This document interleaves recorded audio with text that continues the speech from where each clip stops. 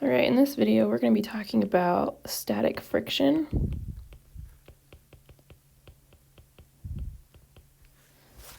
All right, so the first thing we need to know is what is friction? And simply put, it's that force that tries to prevent something from moving.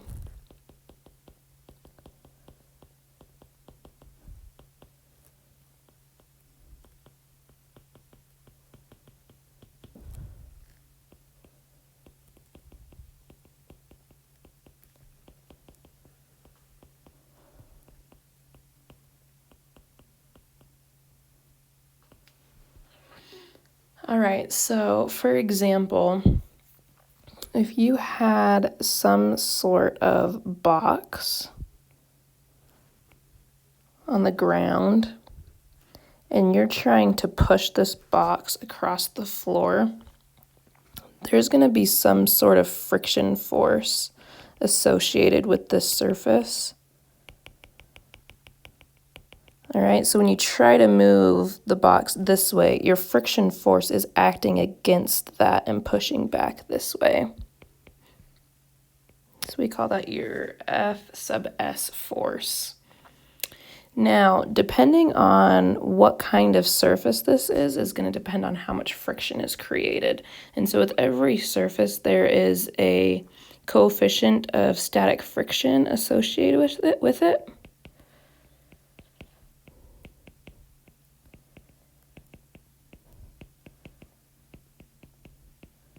And we use the Greek letter mu to for that coefficient of static friction. All right.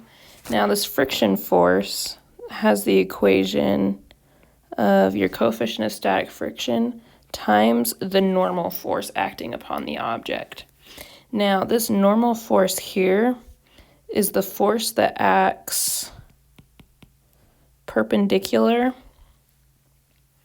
to the surface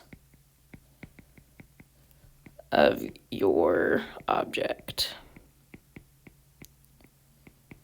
So for example, if we were going to free body diagram that right there, we'd have our object, we'd apply our external force.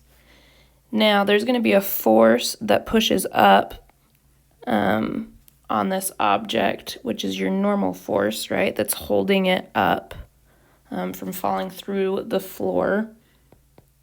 And then you're going to have your friction force that is trying to prevent movement. So that would be your free body diagram for a situation like that. Now from here, you can just treat this as if you were trying to solve like an equilibrium problem. So you would just do your sum of forces in the x direction and your sum of forces in the y direction. And then you would solve for your unknowns. And then also remembering that you have this equation that you can use as well. So sum of forces in the x, we'd have P minus F sub S equals 0. And then for our y, our box is going to have some sort of weight associated with it.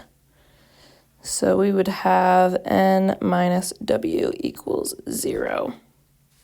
Now from here, we can replace this with our equation here. So we would have P minus mu times N equals 0. From here, if we know the weight of our box, we can solve for our normal force. And then we can take this and plug it in for our normal force here. All right, now depending on what your question is asking for, that's how you would solve it. Sometimes your question will ask for a force that would cause impending motion, so the force needed to overcome the friction force. Or sometimes it'll ask for a coefficient of static friction needed to prevent impending motion from occurring. Now, there's other times when you might have an object on an inclined plane, and you have some sort of inclined theta there. All right, now the free body diagram for this would now become angled. Right, now your gravity force always acts straight down, but your normal force is going to act perpendicular to the surface. Right, so they're not going to match up like they did up here. And then because you have your incline going this way, your impending motion is actually going to be acting down that way. And so your friction is going to try to push against that. So your friction force in this case will actually be acting that way. Now, the best thing I like to do in this situation when you're going to do your sum of forces x and y, I actually like to define a new x and y axis. So I call this x prime and this y prime. And so I do my sum of forces x prime equals 0. And then I do my sum of forces y prime equals 0. All right, and know that this angle here is actually that same angle theta from here. All right, so that's kind of the trick to that one. So if we were doing our sum of forces y, we would have our positive n and then a minus w cosine theta equals 0. All right, and again, you can use these same equations to solve for different things like weight of the box, coefficient of static friction, and you can even use it to solve for theta. Again, you would have to use this equation, the equation you come up for your sum of forces x prime, and then also remembering that you have an equation for friction. All right, so you'd have 1, 2, 3 equations you can use to solve for your unknowns. All right, and then finally, the last thing to point out is if we had a scenario kind of similar to that first one we were looking at, where we had a box on some sort of surface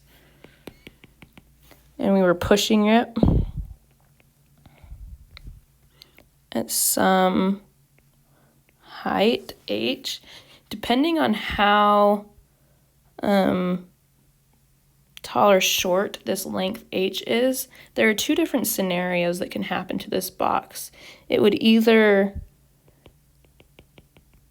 just slide on the surface, or if your force is high enough, it's going to tip about this point here.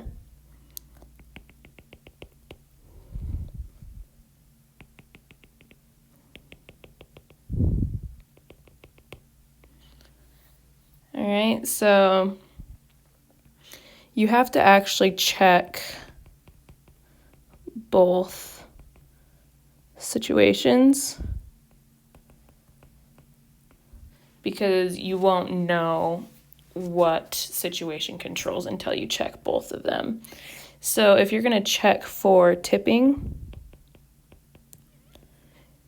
you're going to have a free body diagram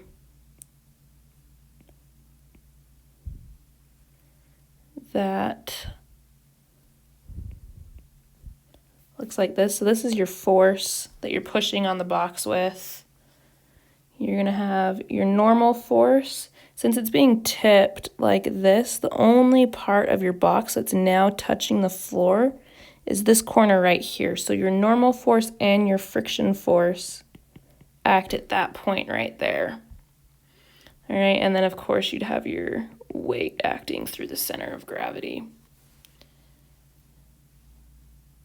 All right, so that would be your free body diagram if it's tipping. If it was a sliding situation, it would be very similar. You'd have your force, you'd have your weight, and then your friction and your normal force. Your friction force will kind of act all along here, and then your normal force just acts anywhere along that surface. All right, but now for tipping, what you're going to want to do, you're going to want to do a sum of moments about this point. We'll just call it O equals 0, and then solve for your unknowns. Whereas if it's sliding, you're going to do your sum of forces X and your sum of forces Y and solve for your unknowns. All right. So I think that pretty much sums it up as far as what you need to know about static friction. So there's a couple examples you can do on your own and then check your solution with the PDF. So the first one, you're going to have some sort of box or crate on a surface. Center of gravity is going to be up at 3 feet. So right in the center of that box.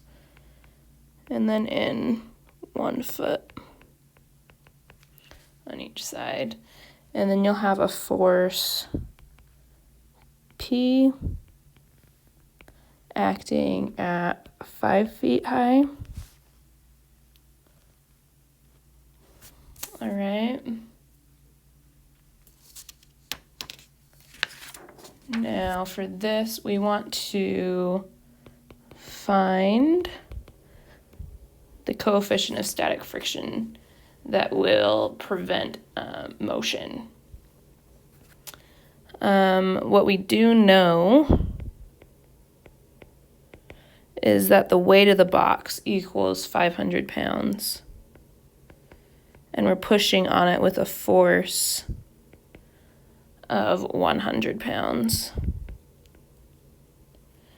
And again, this is the center of gravity here. So that's where your weight will act through. That's the point where the weight will act through. So go ahead and find your coefficient of static friction.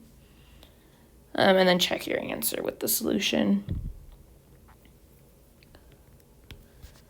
For number 2,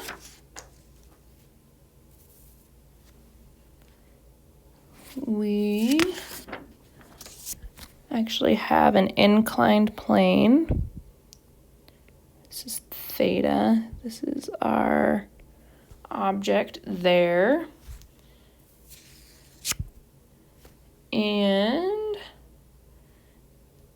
given information, we know the coefficient of static friction equals 0.4.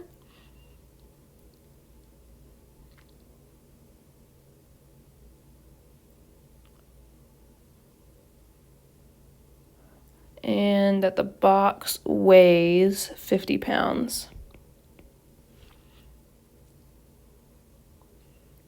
And we want to find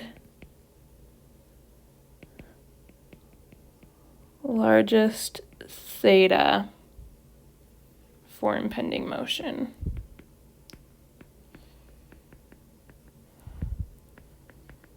All right, so how big can this angle get before this block would start sliding?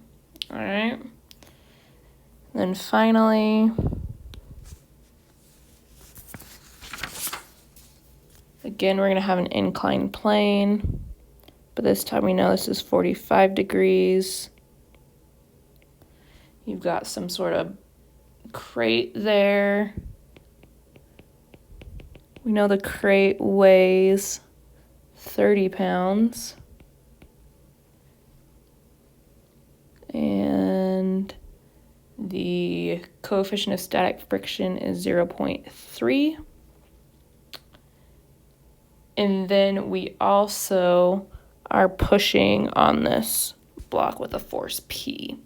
Now we want to find that force P to prevent